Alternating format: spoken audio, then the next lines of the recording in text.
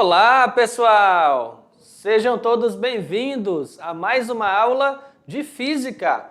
Eu sou o professor Maico Maciel e essa é a nossa aula de número 38.1, ou seja, uma aula onde nós vamos dar continuidade ao estudo da energia. Tudo bem, pessoal? Mas para essa aula de hoje, pessoal, dá uma olhadinha aqui, ó. Para essa aula de hoje existe um pré-requisito, tá? Ó, o pré-requisito, né? Você ter assistido ao vídeo Trabalho, Energia e Transformação de Energia. Aí um vídeo curtinho aí de 15 minutinhos, tudo bem? Então, pessoal, olha só os conteúdos da aula de hoje. Falaremos, ó, sobre energia mecânica, parte 4, tudo bem? Aí dentro desse assunto de energia mecânica, nós vamos entrar e falar o quê? Sobre a conservação da energia, tá? Então, como que essa energia é conservada, como funciona. Falaremos também sobre forças conservativas e forças dissipativas. Então, quais são essas forças que se conservam, que se dissipam? O que significa isso dentro da física? Falaremos sobre o princípio geral da conservação da energia e a aplicação da conservação da energia. Ou seja, é um tema bastante prático, aplicável, tudo bem? E você vai com certeza reconhecer várias situações, problemas dentro deste assunto. Ok, pessoal? Então, vamos nessa. Começamos falando com conservação, aqui ó, conservação da energia. Então você fala assim, conservação, algo que se mantém, algo que se preserva, que se conserva. E aí o que está se conservando? A própria energia. Então vamos lá, começamos com a pergunta. Você já ouviu a famosa frase? Qual é a famosa frase?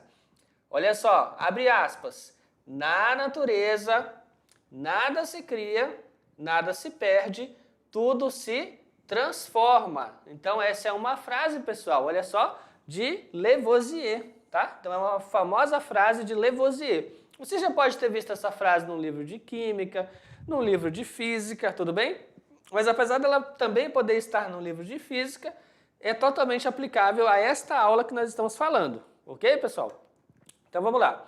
Pois é, a tão famosa frase, né, se resume em afirmar que toda a energia presente em um determinado corpo não foi criada por ele, muito menos poderá ser perdida, apenas transformada.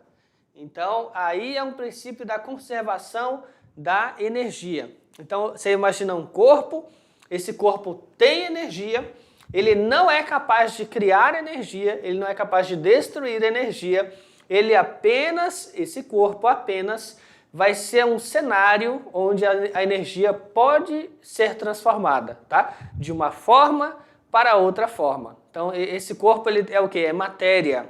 Está sujeita à transformação de energia nele próprio, ou seja, nele mesmo, ok? Vamos lá! Então, assim, nosso assunto da aula de hoje, né, se resume a pensar o seguinte. Forças conservativas e dissipativas. Vamos pensar aqui, ó. Já vimos que, imagina que você tem aqui, ó, um corpo se desloca do ponto A, tá bem aqui, ó, para um corpo B. Qual o corpo B? Bem aqui, ó, ponto B, bem aqui. Seguindo uma trajetória 1. Então, a trajetória 1, pessoal, é esse tracejado aqui, ó, tá? Seguindo a trajetória retilínea 1. O trabalho, né, que o peso do objeto realiza vai ser dado por essa equação. Ou seja, o que diz essa equação? A equação está dizendo o seguinte. Se eu tenho, vamos lá. Se eu tenho, aqui ó, o ponto A, está lá em cima. Eu tenho o ponto B, está aqui embaixo. E esse corpo ele vai ser deslocado em linha reta do ponto A até o ponto B. A equação está dizendo o seguinte, olha aqui a equação. Vai dizer assim, ó, o trabalho realizado, né, pela força-peso para deslocar esse corpo de A até B vai ser o quê? Vai ser a diferença, ou seja, a variação da energia potencial, ó, no ponto A, menos a energia potencial no ponto B. Ou seja, é um teorema, né? O teorema do trabalho. Eu falar assim, o trabalho é a variação da energia potencial do ponto A até o ponto B. Agora, nessa primeira situação, perceba que a trajetória do corpo, ó, é retilínea, né? Ou seja, é retilínea, ele vai descer aí, ó, opa, em linha reta. Aí eu vou fazer aqui uma provocação. Ele desceu em linha reta. Digamos que esse corpo descesse de A para B, mas não fosse necessariamente em linha reta. Digamos que ele tomasse uma outra trajetória, mas ainda assim, saindo de A e chegando em B. Haveria alguma mudança no valor do trabalho? O trabalho realizado seria maior, menor? Porque se a trajetória seria diferente, o trabalho seria também diferente? Ou o trabalho não depende dessa trajetória? Ela pode ser retilínea, pode ser curvilínea e ainda assim o trabalho seria o mesmo. O que você acha? Vamos lá, pessoal? Vamos tirar essa dúvida. Continuando, agora dando seguimento, olha só. Agora imagina que o objeto se desloca também de A para B, está partindo do ponto A, chegando no ponto B, mas agora ele está pegando um outro caminho. E perceba que o primeiro caminho é uma trajetória em linha reta. E o outro caminho é como se fosse aqui um arco de parábola, tá? O segundo caminho. Ah, professor, então olha só, fez um arco de parábola, né? Aqui, ó. Fez um arco de parábola, ou seja, ele está pegando um caminho mais longo, é isso? Né? Ó, pegou um caminho mais longo. Mas aí, tu vai poder dizer que o trabalho é maior ou é menor? Hã? O que você vai pensar? Nesse caso, ó, ele fez o caminho por outra trajetória, ou seja, ele andou mais, certo? Mas aí o trabalho realizado pela força-peso, nesse caso, vai ser diferente? E aí temos ainda um terceiro caso, olha aí o terceiro caso, onde ele vai por uma trajetória que forma um zigue-zague. Dá uma olhada nesse zigue-zague aqui, ó. Forma um zigue-zague, né? Ele vai, parte de A, vem aqui, ó, dá uma volta completa, faz um looping, aí desce e até que ele vem até B. Aí você fala, ah, professor, nesse caso aí, como o corpo ele fez esse looping, né? Ele andou mais, eu penso que esse corpo realize um trabalho maior. Talvez você seja levado a pensar dessa forma. Olha lá, ó. Nesse caso, olha lá, ele foi, ó, fez o looping e chegou até o ponto B. Então, assim, isso é um pouco contraintuitivo, né? Quando, na verdade, não, pessoal, o trabalho não vai ser dependente dessa trajetória, tá? O trabalho não dependerá dessa trajetória, ok? Vamos lá. Então, tá aí, ó. Apesar de termos aí demonstrado 3 caminhos, né? O primeiro caminho, o segundo caminho, né? O primeiro caminho, trajetória retilínea. O segundo caminho, arco de parábola. O terceiro caminho, não tem nem nome para esse caminho. É um caminho totalmente irregular, né? Ele fez um zigue-zague aqui até chegar até B. Então, assim, apesar disso, dele ter ido por caminhos diferentes, o trabalho realizado, né? Pelo peso, ao detalhe, pela força-peso, o trabalho realizado pela força-peso não depende da trajetória seguida pelo objeto. Então, na verdade, a única coisa que vai importar, a única coisa que de fato vai ser relevante é o ponto de partida e o ponto de chegada. Ah, professor, não importa se ele vai em linha reta ou se ele vai fazendo curva, não importa. A gente só vai olhar para o ponto que ele partiu e para o ponto que ele chegou. Ou seja, apenas o ponto A e o ponto B são relevantes para esse cálculo do trabalho, né, realizado pela força-peso, ok? Vamos nessa! Olha lá, ó, foi pelos 3 caminhos, ele acabou saindo de A e chegando os 3 em B. Outras forças existentes na natureza, né, também possuem essa mesma propriedade, né? Ou seja, o trabalho realizado pela força elástica de uma mola também pode ser dado pela equação. Ó, trabalho realizado de A até B é a energia potencial no ponto A menos a energia potencial no ponto B. Para qualquer trajetória seguida pelo corpo, né, que se desloque de um ponto A até um ponto B. Ou seja, falamos aqui, pessoal, de uma segunda força, né? O primeiro exemplo trabalhou com a força-peso, ou seja, a força-peso é uma força conservativa, tá? Então é uma força que o trabalho que ela realiza, esse trabalho não depende da trajetória. Então ela é uma força conservativa. Falamos aqui, ó, da força elástica. Ah, então a força elástica também vai ser uma força conservativa. significa que o trabalho realizado por ela não depende da trajetória, ok? Vamos lá. E olha só, as forças cujo trabalho não depende do caminho são denominadas o quê? Ó, forças conservativas. A expressão é exatamente essa, se conserva, né? Então, quando uma dessas forças realiza um trabalho sobre um objeto, há uma variação na energia potencial desse objeto, tá? Então, ele vai ter uma energia potencial num ponto de partida, vai ter uma energia potencial no ponto de chegada, e a variação dessa energia potencial é que vai ser equivalente ao trabalho. O trabalho realizado por uma força conservativa, vamos lá, o trabalho realizado por uma força conservativa entre pontos A e B não depende da trajetória seguida pelo objeto para ir de A até B, né? Sendo que sempre pela expressão, aqui ó, trabalho, né, de A até B, energia potencial no ponto A, energia potencial no ponto B. Então, nesse ponto aí, né, nesse quesito, nesse ponto, você tem que destacar o seguinte. Primeiro, você tem que analisar o tipo de força que você está trabalhando, né? Por exemplo, força-peso é conservativa? É uma força conservativa.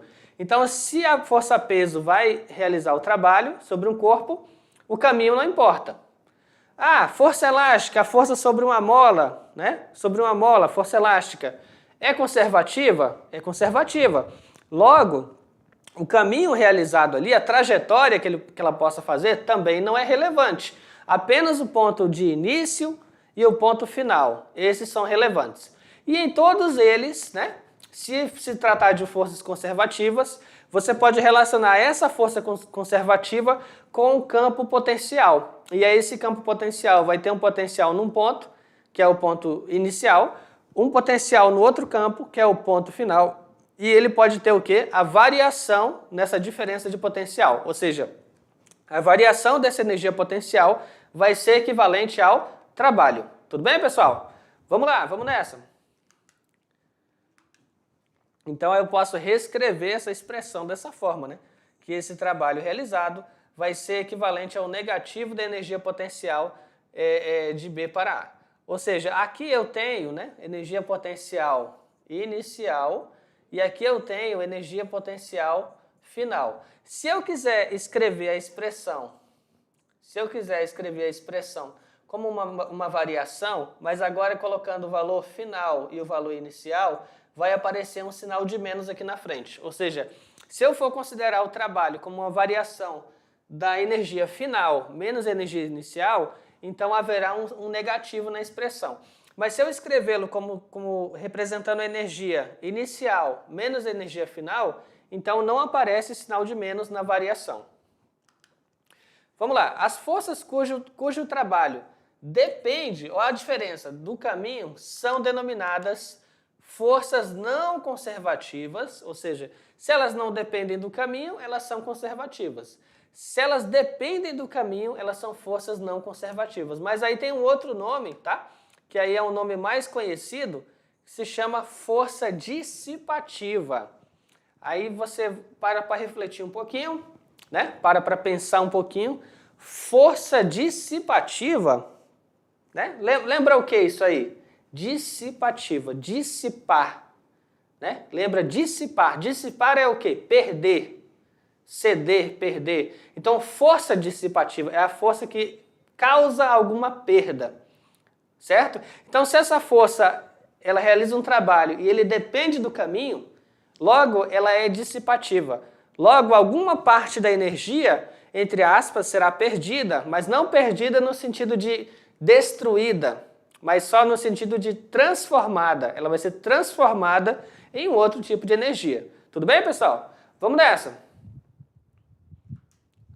Então, olha só, né? Um exemplo da força dissipativa é o quê? É a força de atrito. Ou seja, a força de atrito, ela causa perdas, né? Perdas no sentido de que você vai ter uma transformação de uma energia para um outro tipo que você não vai conseguir aproveitar. Então, aqui, ó.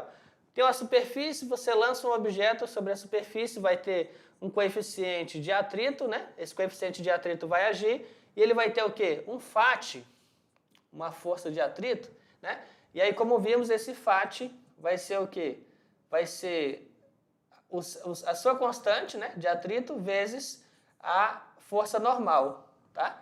Ah, então aqui eu vou lançar o objeto, ele vai ter um atrito. Então, assim, se ele vai mais devagar, mais rápido, ou se ele vai parar antes ou vai parar depois, vai estar sendo influenciado por essa rugosidade na superfície, tá? Então, esse contato, essa rugosidade entre o material e a superfície, né, é o que vai definir o valor do coeficiente de atrito, que é o quê? É um adimensional, tá? Esse coeficiente de atrito, ele não tem unidade, ele não tem dimensão. Então, quando você vai escrever aqui, aqui é 0,5, né? 0,5 o quê? Apenas 0,5, não tem unidade, ele é adimensional. Porque, olhando para a equação, aqui, Φ, né? É o quê? É força, vai estar em Newton.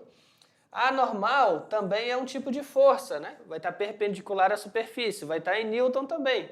Logo, essa constantezinha aqui, ela é adimensional. Mas voltando ao que interessa, né? A força de atrito, ela é classificada como uma força dissipativa. Significa que se a força de atrito, ela é força dissipativa, significa que se ela vai realizar algum trabalho, esse trabalho depende da trajetória. Não é como se fosse na força-peso, não é como se fosse na força elástica, onde não importava a trajetória do corpo, tá? Quando eu estou falando da força de atrito, se eu empurro um corpo, né, em linha reta, o trabalho vai ser 1. Se eu pego esse corpo sobre uma mesa e empurro ele numa trajetória parabólica, o trabalho vai ser outro. Se eu faço um zigue-zague nele até chegar no outro, o trabalho será outro também. Porque nesse caso aí, o atrito é uma força dissipativa. Haverá perdas nesse caminho, tudo bem? Essas perdas é o quê? Parte dessa energia será perdida, ou seja, convertida num outro tipo de energia que eu não posso aproveitar, que ele não vai transformar de volta, não vai voltar para o sistema. Então ele dissipou, ele perdeu, tudo bem? Vamos lá, pessoal? Continuando, né? Ao contrário, olha só, das forças conservativas, não existe energia potencial relacionada com uma força dissipativa. Então, quando eu falava de forças conservativas, sempre tinha uma relação, né, entre a força e o potencial, certo? Eu conseguia fazer uma relação entre força e potencial. Mas isso é quando ela era conservativa, tá? Ó, forças conservativas, ela consegue relacionar a força com o potencial, ok, pessoal? Aí a força vai ser o negativo do gradiente da função potencial, isso, tá? Então, matematicamente, eu conseguia relacionar os dois. Então, eu conseguia chegar numa função que dependia do ponto final e do ponto inicial, para chegar no trabalho. Agora, quando eu tenho aqui força que é dissipativa, não tem essa relação matemática entre força e a função potencial. Logo, eu não posso dizer que se eu pegar um bloco e for empurrar ele numa mesa, não importa se eu empurrar ele assim ou empurrar em linha reta. Serão trabalhos diferentes, tá? Trabalho 1 é aqui, ó, né? Trabalho 2 em linha reta. Então, trabalho 1 diferente do trabalho 2. Eles não são iguais, pessoal. E por que não? Porque, nesse caso, eu estou falando da força de atrito e a força de atrito é dissipativa. Ok? Vamos nessa. Olha só. Nesse caso aqui, pessoal, ó, eu tenho aqui um corpo A, tá? Ele está preso por uma mola, né? Essa mola está distendida, né? Existe uma força elástica aí. E aí ela vai ser deslocada aqui, ó, para o ponto M, né? Um corpo M, ele está no ponto A, ele vai ser deslocado até ele vai descer aqui até um ponto B. Ok, pessoal? Então, como fica essa análise aí em se tratando da força elástica? Vamos lá. Vamos nessa. Então, olha só. Suponha que tu tenha um objeto se deslocando de A para B. Então, o ponto A está aqui e o ponto B está aqui, né? Ao longo de uma trajetória qualquer. E que sobre ele estejam atuando o quê? Forças conservativas. Nesse caso, apenas forças conservativas. Como se trata de uma mola, né? Então tu tem o quê? Força elástica, tá? Então força elástica vai ser menos K delta X, né? Ou seja, vai ser a constante elástica da mola vezes essa variação da componente X, ou seja, da elongação, o quanto que essa mola foi esticada ou comprimida. Então, perfeito. Aqui é a força elástica. Eu tenho um ponto A, eu tenho um ponto B. Nesse caso, pessoal, eu posso relacionar, sim, potenciais para o ponto A e potenciais para o ponto B e chegar em expressões para o trabalho. Continuando. Então, aqui, ó, o trabalho realizado por essas forças vai ser dado por trabalho, né, realizado de A até B, vai ser a energia potencial no ponto A menos a energia potencial no ponto B. E quaisquer que sejam as forças, o trabalho total realizado por elas é igual à variação da energia cinética. Aí você fala, ah, professor, então porque nesse caso aqui, vamos voltar. Nesse caso aí, né, do corpo com a mola, ele está a uma certa altura, né? Como ele está aqui a uma certa altura, ele está a uma certa cota, dá uma olhada, como ele está a uma certa altura, uma certa cota, essa altura e essa cota é o quê? Energia potencial gravitacional. Isso no ponto A. Como ele vai ter a força, né, elástica da mola atuando sobre ele, ele vai descer, aqui no ponto B, ele não vai ter só energia potencial gravitacional. Ele vai ter sim também energia potencial gravitacional. Mas ele vai ter, ó, uma energia cinética. Então ele vai ter aqui uma energia cinética no ponto A e ele vai ter uma energia cinética no ponto B.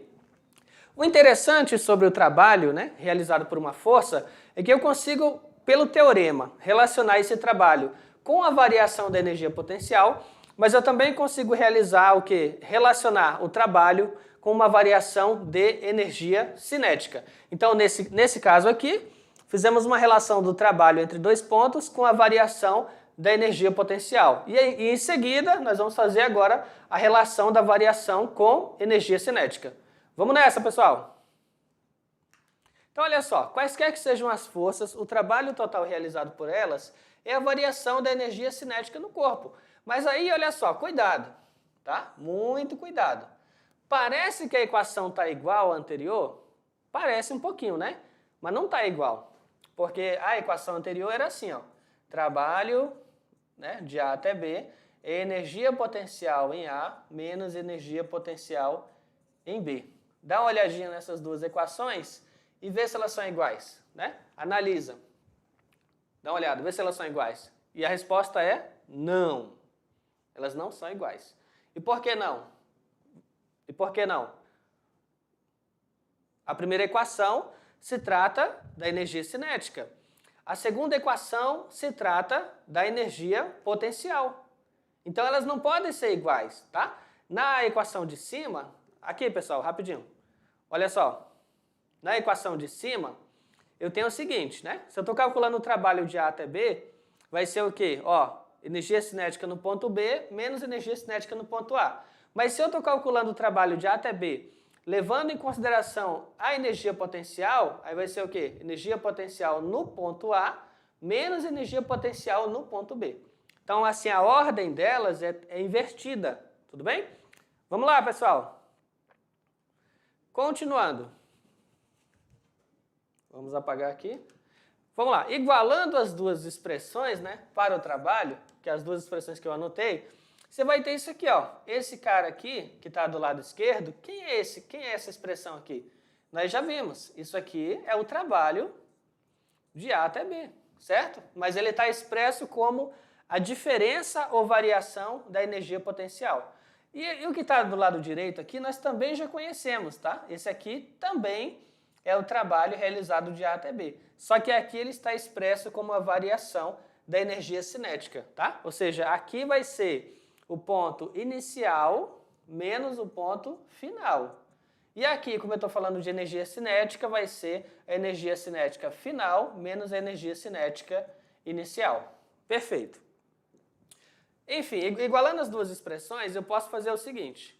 Eu posso colocar, ó, do lado esquerdo, somente o que é referente ao ponto A. Então, do lado direito, eu tenho menos energia cinética de A, passo para o lado esquerdo. Do lado esquerdo, eu tenho menos energia potencial de B, passo para o lado direito. Ou seja, eles vão trocar o sinal. E aí eu vou ter a equação de baixo, tá? Vai ficar assim, ó. Energia potencial no ponto A, mais energia cinética no ponto A, igual energia potencial no ponto B, mais energia cinética no ponto B. Ou seja, agora, pessoal, está provado, está demonstrado que quaisquer que sejam os pontos que você pegar, né? Qualquer ponto que você escolher, a energia vai ser conservada, né? Naquele ponto vai ser simplesmente pegar a energia potencial e somar com a energia cinética. Isso vai ser verdadeiro, olha só, para qualquer ponto. Eu fiz com ponto A e B, mas no exercício, qualquer ponto que você pegar, somando as duas energias, ela tem que ser constante, tem que ser conservada, tudo bem? Vamos nessa. Importante, se apenas forças conservativas atuam sobre um objeto em movimento, a soma da energia cinética do objeto com a sua energia potencial permanece constante para qualquer ponto da trajetória, tá? Então aí está provando.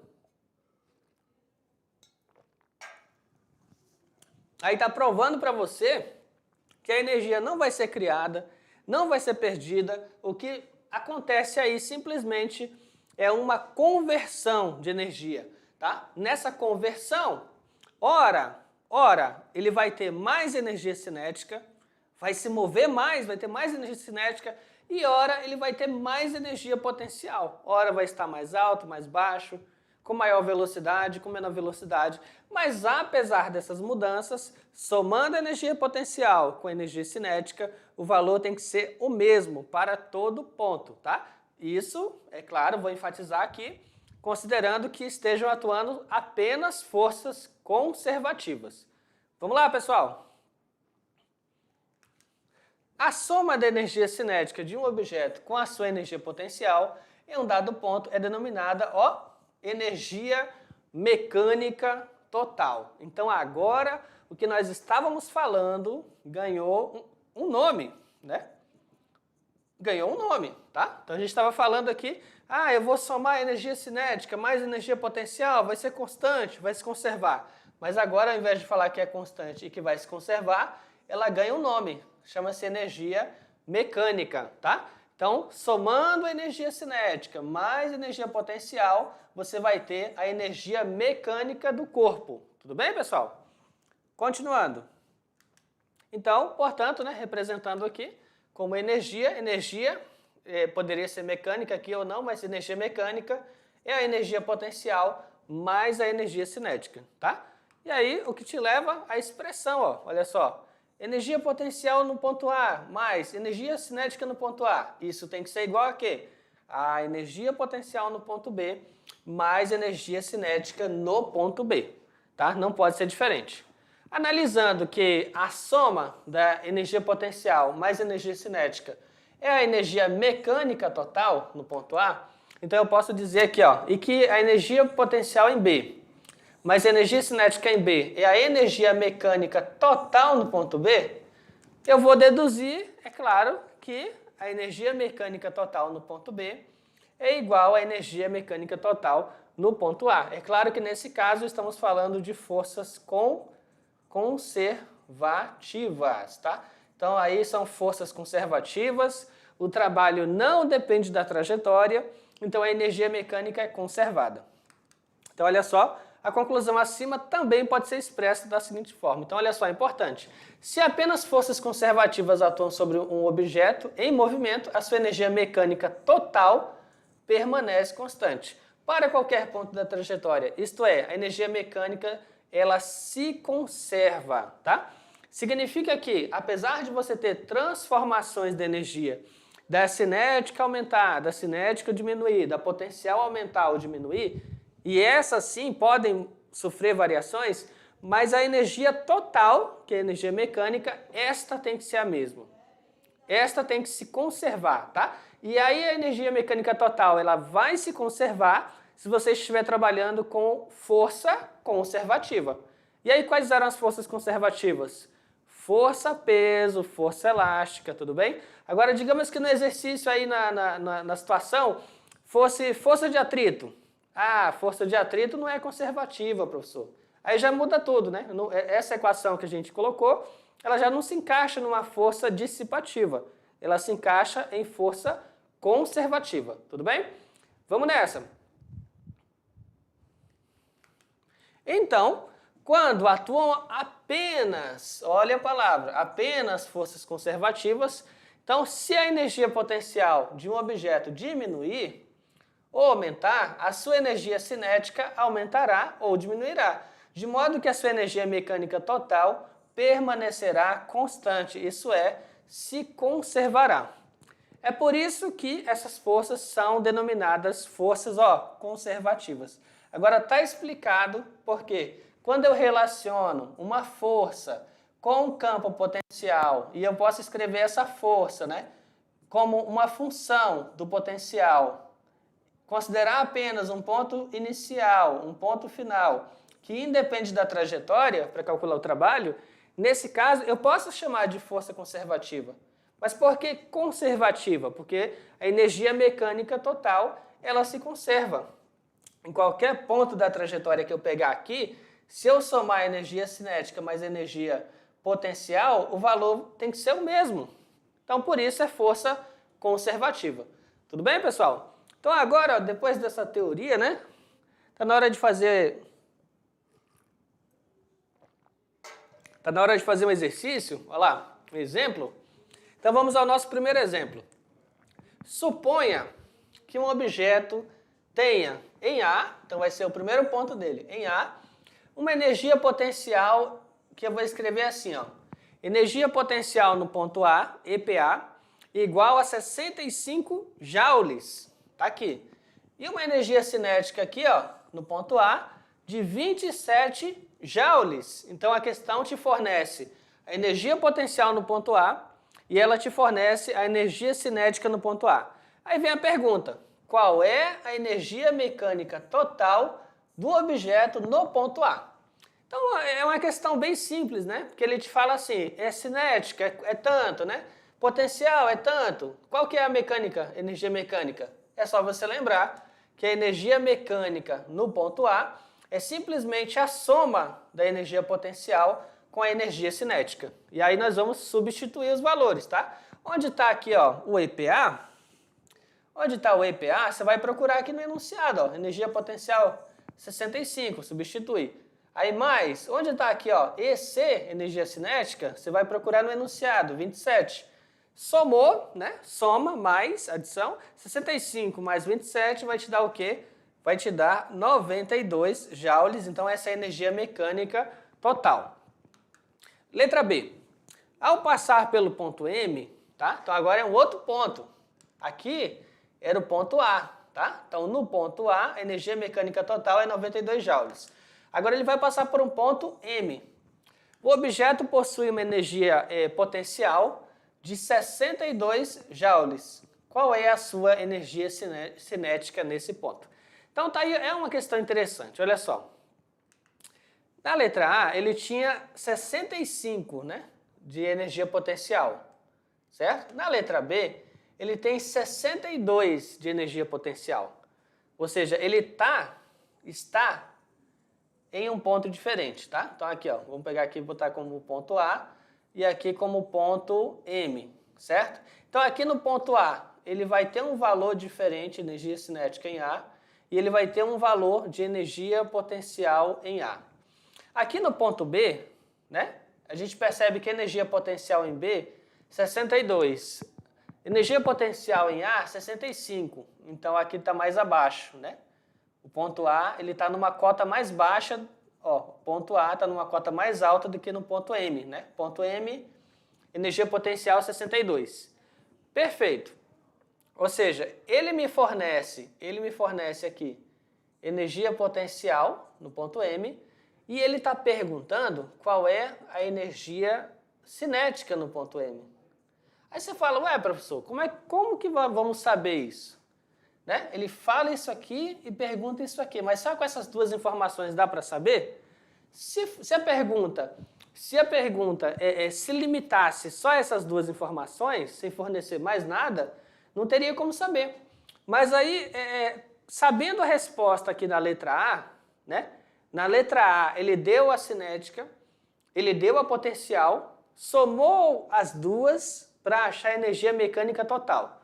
Como aqui a energia mecânica ela se conserva, então a energia mecânica que ele tem no ponto A é a energia mecânica que ele tem no ponto M.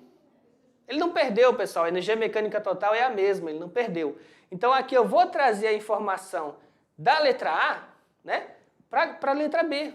Ou seja, a informação da energia mecânica que eu calculei na letra A, eu vou utilizar aqui na letra B, sabendo que essa energia é a mesma. Vamos lá, pessoal? Ok, então esse é o raciocínio, né, para resolver. Vamos nessa. Então, energia mecânica total vai ser energia potencial mais energia cinética. A energia mecânica total, né, conforme encontramos aqui, ó, 92 joules. Encontramos na letra A.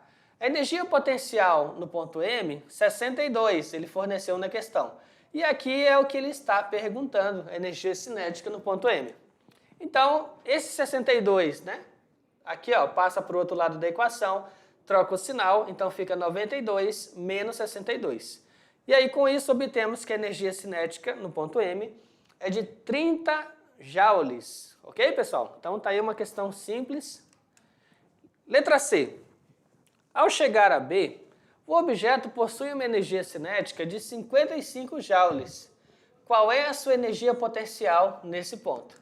É uma questão que é parecida com a letra B, né? Ou seja, eu conheço a energia mecânica total, ele não me forneceu a energia potencial, ele está perguntando, e ele me forneceu a energia cinética, tá? Então aqui é conhecido, aqui é desconhecido e aqui é conhecido. Ou seja, é uma questão de substituição de valores. Energia mecânica total, 92. Energia potencial no ponto B é exatamente o que ele está perguntando. E 55 é a energia cinética, ele forneceu no enunciado. O 55, ele está somando aqui, ó, passa subtraindo. Então fica 92 menos 55. Após essa subtração, você vai encontrar o quê? Energia potencial no ponto B, 37 joules. Ok? Então vamos lá. Aí nós chegamos, né, com esse entendimento no princípio geral da conservação da energia.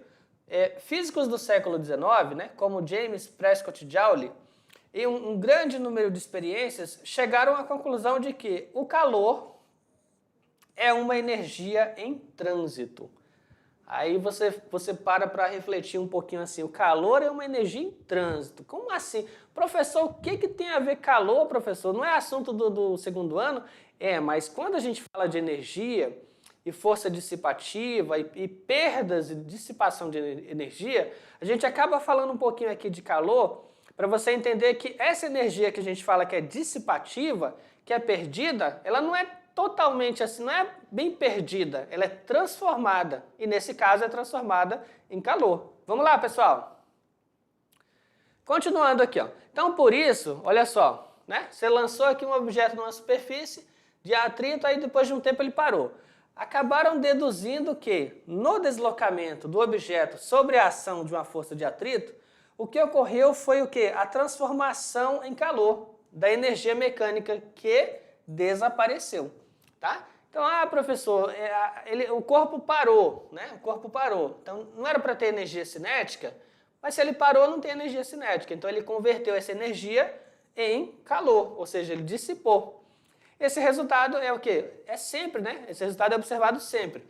Não se observa o desaparecimento de energia, mas apenas a transformação de uma forma de energia em outra na mesma quantidade. Então, olha só, energia elétrica em energia térmica. Então, o ferro de passar roupa é um exemplo de conversão de energia, né? Você tem energia elétrica e ela vai para a forma de calor. Energia térmica também é energia mecânica, né? Então, veículos automotivos, você vai ter microexplosões controladas no motor, e essas microexplosões controladas vão te dar movimento, vão te dar energia mecânica. Energia mecânica e energia elétrica, aí você vai ter o exemplo das usinas hidrelétricas, então você vai ter energia potencial, energia cinética nas turbinas, e no fim você vai ter a conversão para energia elétrica, tá? Então, aqui ó, é um exemplo de energia elétrica e mecânica. Temos também aqui a máquina de lavar roupas como um exemplo de conversão de energia. E o princípio geral da conservação da energia vai ser o quê? A energia pode ser transformada de uma forma em outra, mas não pode ser criada nem destruída, ou seja, a energia total ela é constante. Esse princípio é sempre válido em qualquer fenômeno que ocorra na natureza. Então, a sua generalidade torna-o extremamente importante e ele é muito empregado com grande sucesso pelos cientistas na solução de inúmeros problemas. Então, a conservação da energia mecânica é um caso particular do princípio geral da conservação da energia. A energia mecânica ela se conserva quando, olha só, quando atuam no objeto somente forças conservativas, tá? Então, a energia total vai ser sempre conservada. E onde que você pode aplicar isso? Definir energia é difícil. No entanto, nós percebemos que quando utilizamos, sabemos também que a energia está sempre se transformando de uma forma em outra. Por exemplo, a queda d'água em uma usina hidrelétrica, uma explosão controlada no motor do carro, né? E transformações químicas nas células do nosso corpo. Então vamos ao exemplo 2. Um objeto é lançado verticalmente para cima com velocidade inicial 4 metros por segundo. Qual altura esse objeto vai atingir? Relacionamos aqui, ó, energia potencial inicial é zero, ele está na origem. Energia cinética final é zero, ou seja, ele subiu até um certo ponto e parou. Então eu vou ter energia cinética inicial e energia potencial gravitacional final. As massas, ó, elas podem ser canceladas, tá? De ambos os lados. E aí eu vou ter velocidade inicial ao quadrado dividido pelo dobro da gravidade. Isso vai ser igual à altura. Olha só, e nesse caso a altura vai ser o quê? A velocidade ao quadrado dividido pelo dobro da gravidade. Substituindo os valores, vamos ter o quê? 4, né, ao quadrado dividido por 2 vezes 10. 4 ao quadrado resulta em 16 e 2 vezes 10, 20. Após dividir, pessoal, encontramos aí que a altura vai ser 0,8 metros.